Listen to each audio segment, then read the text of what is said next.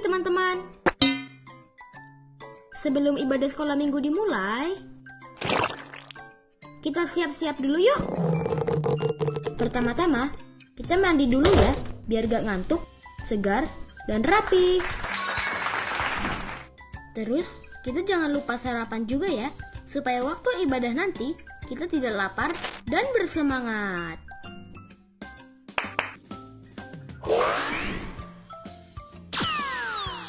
Setelah itu, kita pakai pakaian yang nyaman, rapi, dan sopan ya. Contohnya seperti ini. Keren kan?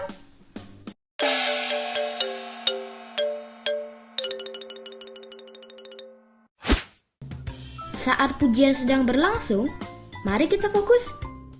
Jangan lupa ikut bernyanyi dan ikuti gerakannya ya. Pada waktu guru-guru memberitakan firman Tuhan, mari kita fokus dan duduk yang rapi ya, supaya kita semua bisa semakin mengenal dan sayang sama Tuhan Yesus. Setelah ibadah sudah selesai, jangan lupa rekam ayat hafalan dan kerjakan tugas yang sudah diberikan ya. Nah, sekarang kita sudah siap beribadah.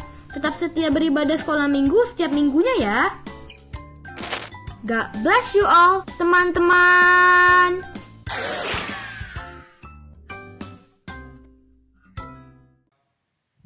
Shalom adik-adik. Yeay, kita bertemu lagi di ibadah sekolah minggu via online. Siapa yang selama seminggu ini diberkati sama Tuhan, boleh tunjuk tangannya? Nah, pasti adik-adik semua diberkati sama Tuhan ya, Ci? Iya. Nah, sebelum kita memulai ibadah, baiknya kita mau berdoa dulu. Yuk, kita lipat tangannya, tutup matanya, kita mau berdoa. Bapa yang baik, terima kasih Tuhan untuk berkat-Mu pada malam hari hingga pagi ini ya Bapa. Kami masih bisa bernafas Tuhan. Tuhan, kami ingin memulai ibadah kami, kiranya Engkau memberkati ibadah kami dari awal pertengahan hingga akhir. Dan kiranya Engkau memberkati adik-adik kami yang di rumah ya Tuhan, agar bisa dengar-dengaran akan firman-Mu dan memuji nama Engkau dengan luar biasa ya Tuhan. Di dalam nama Tuhan Yesus, haleluya, amin. Nah adik-adik, siapa yang percaya bahwa kita itu bersama Tuhan pasti bisa? Percaya adik-adik ya? Yuk kita mau angkat satu pujian bersama Tuhan, kita bisa.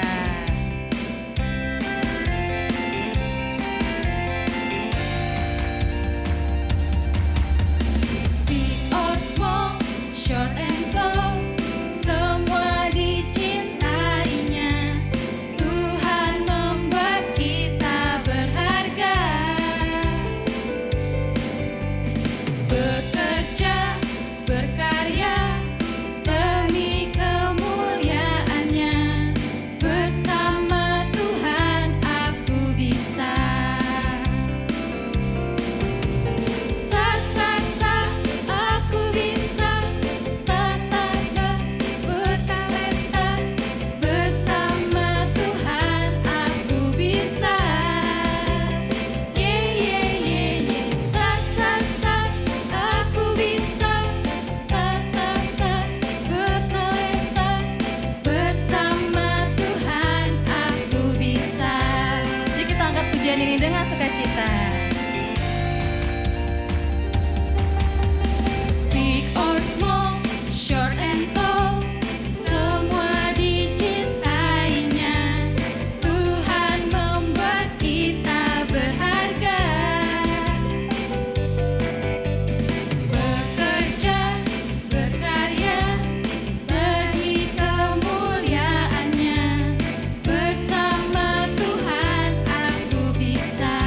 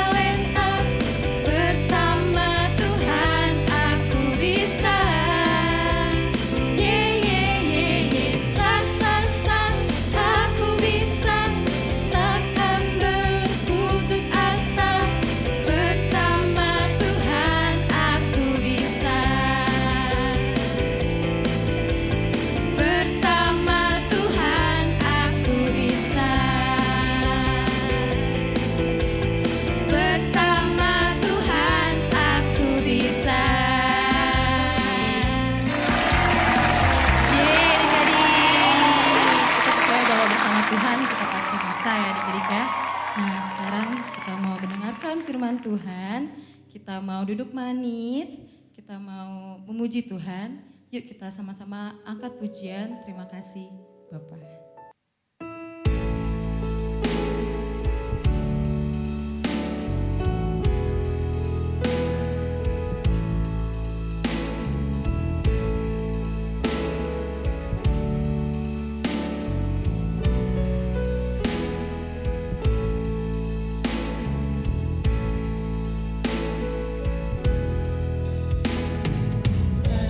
Aku yang baik, yang berkuasa atasku, kebaikanmu sempurnakan ku, kasih-Mu nyata dalamku. Aku yang setia, Kau selalu besertaku, menuntunku, menopangku, bersyukur buat kasih setiamu. Terima kasih Bapa, terima kasih Bapa, ku bersyukur buat kasih. Terima kasih Bapa.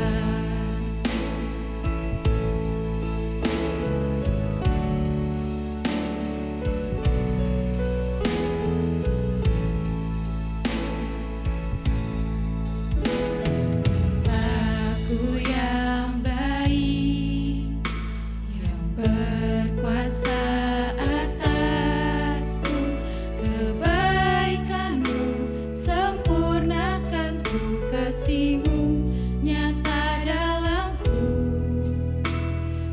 Bapa-Ku yang setia, Kau selalu besertaku, menuntunku, menopangku, bersyukur buat kasih setiamu.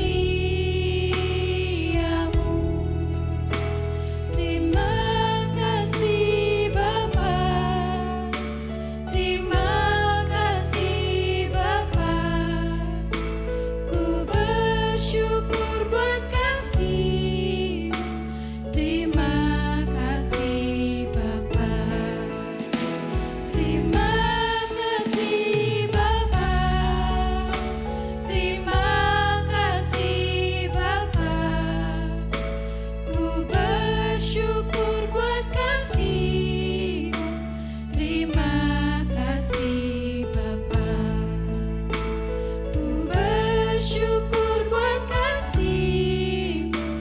Terima kasih Bapa, ku bersyukur buat kasih.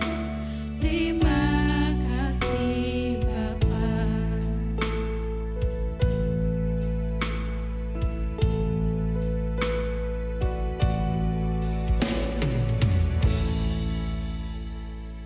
Selamat pagi adik-adik semua, jumpa lagi dalam ibadah Komisi Anak Gereja Immanuel di bulan Juni ini.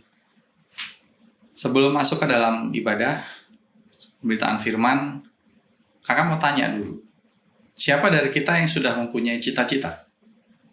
Misalnya ada yang mau menjadi dokter, karena ingin menolong dan menyembuhkan orang lain.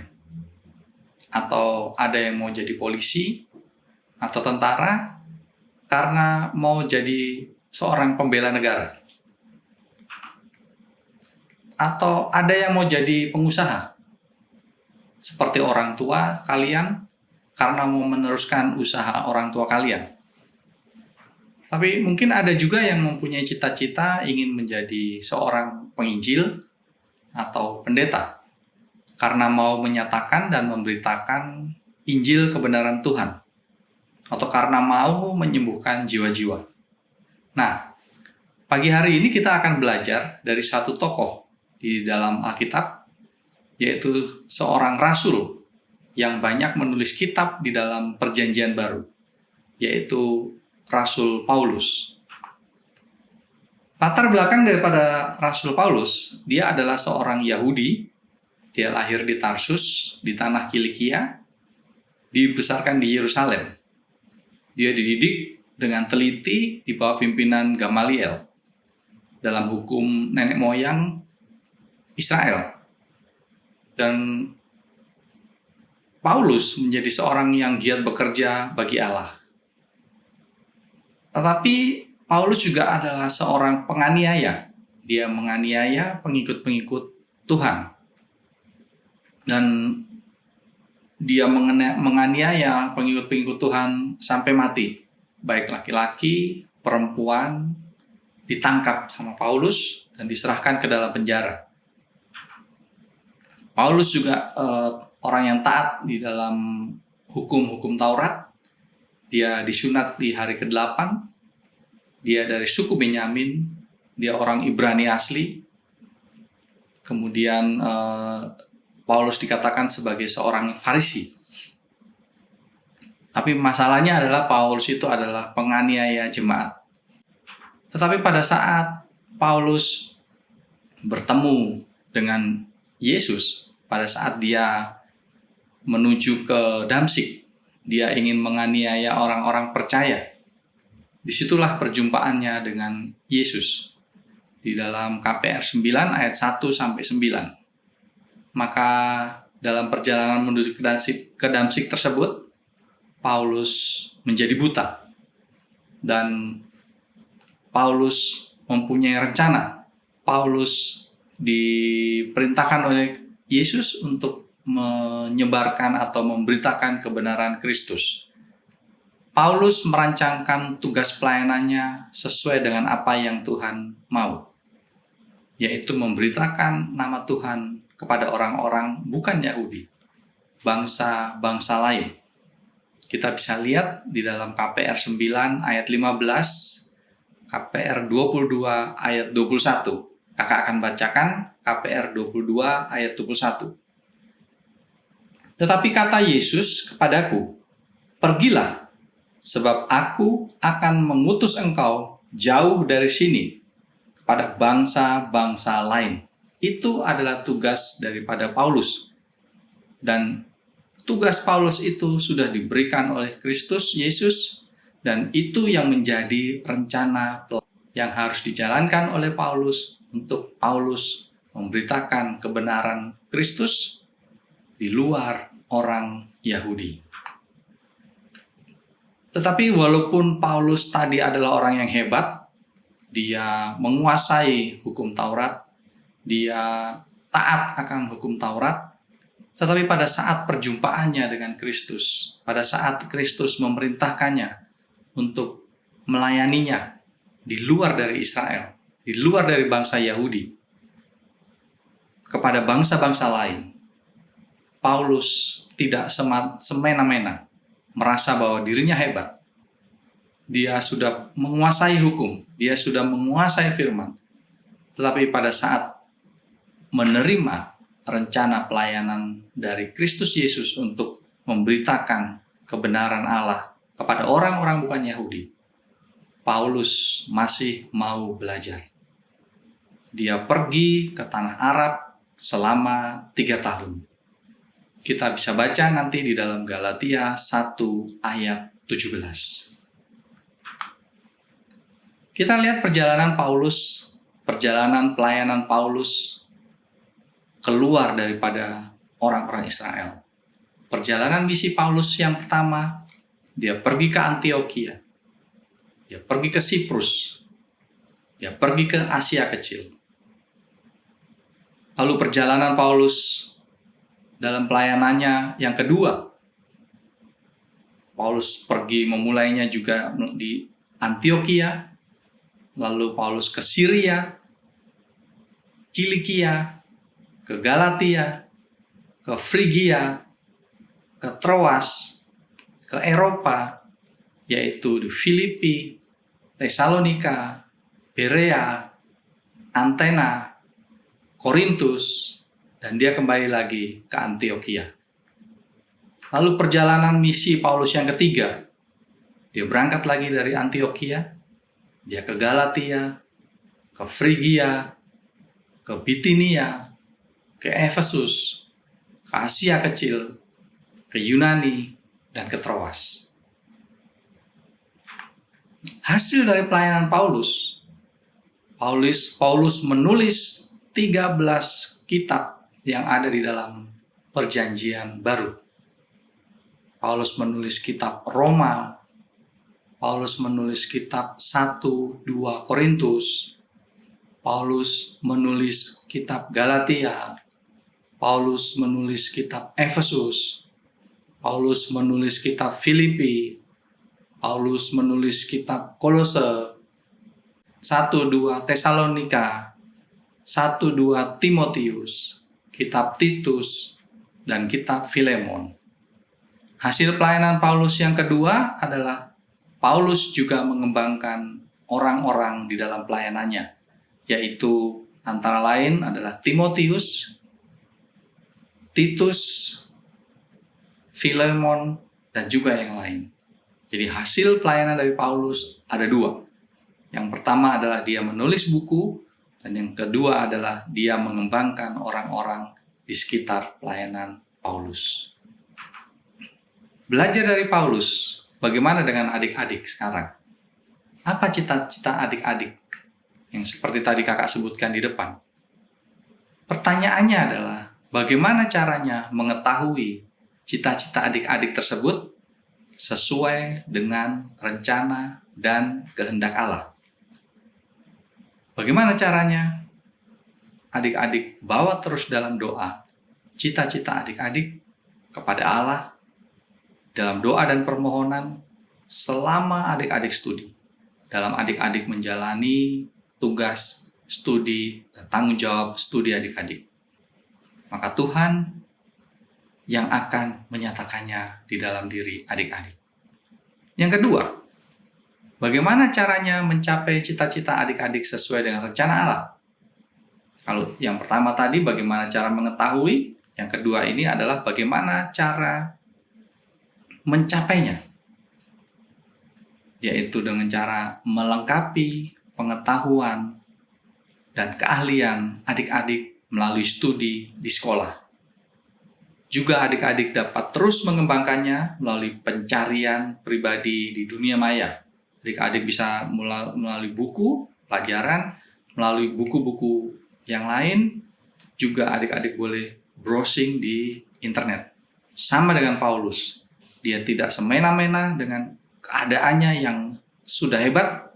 Tapi Paulus di dalam melayani Tuhan, dia masih terus memperlengkapi dirinya dengan pengetahuan. Yang ketiga, bagaimana caranya adik-adik mencapai cita-cita tersebut?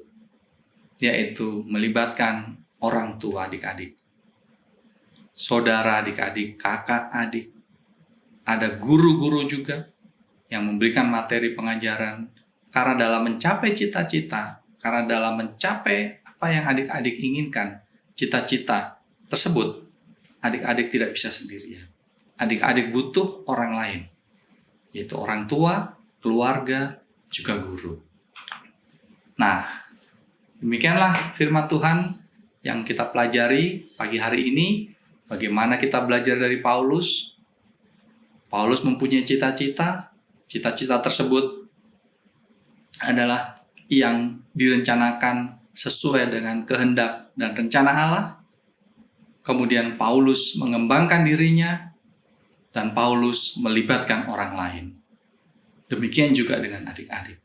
Adik-adik menyerahkan semua cita-cita adik-adik ke dalam tangan Tuhan melalui doa, dalam keseharian adik-adik. Kemudian terus lakukan tugas studi adik-adik, kembangkan diri adik-adik, dan ingat, untuk mencapai cita-cita tersebut, adik-adik tidak bisa seorang diri. Libatkan orang tua, saudara, kakak adik, juga guru-guru yang mengajar adik-adik. Baik, ayat hafalan. Ayat hafalan kita ambil dari Kisah Para Rasul 22 ayat 21. Sekali lagi, Kisah Para Rasul 22 ayat 21. Tetapi kata Tuhan kepadaku, pergilah, sebab aku akan mengutus engkau jauh dari sini kepada bangsa-bangsa lain. Amin. Mari kita berdoa. Bapa dalam surga, Allah yang kami sembah hanya di dalam nama Tuhan Yesus Kristus, Tuhan yang adalah juru selamat kami yang hidup. Kami sudah belajar pagi hari ini ya Tuhan, melalui Paulus yang sudah Engkau panggil, yang sudah Engkau berikan rencananya, dan yang sudah Engkau perlengkapi. Dan Paulus juga memperlengkapi orang-orang di sekitar pelayanannya Paulus ya Tuhan. Kami boleh belajar pagi hari ini dari Paulus, dan biarlah kami mau menyerahkan cita-cita kami ya Tuhan. Rencana masa depan kami ke dalam tangan-Mu, dan biarlah rencana itu boleh berjalan sesuai dengan kehendak-Mu saja. Engkau perlengkapi kami juga ya Tuhan, anak-anak-Mu Immanuel Bogor, supaya kami boleh mencapai cita-cita yang Engkau sudah rencanakan. Juga pakai kami sebagai di tengah-tengah lingkungan kami, baik keluarga kami, permainan kami, studi kami, supaya Engkau juga memakai kami untuk menjadi berkat bagi orang lain. Terima kasih Yesus, terima kasih Bapa. Di dalam nama-Mu kami berdoa dan mengucap syukur. Amin. Nah adik-adik, gimana tadi firman Tuhannya udah pada dengerin kan?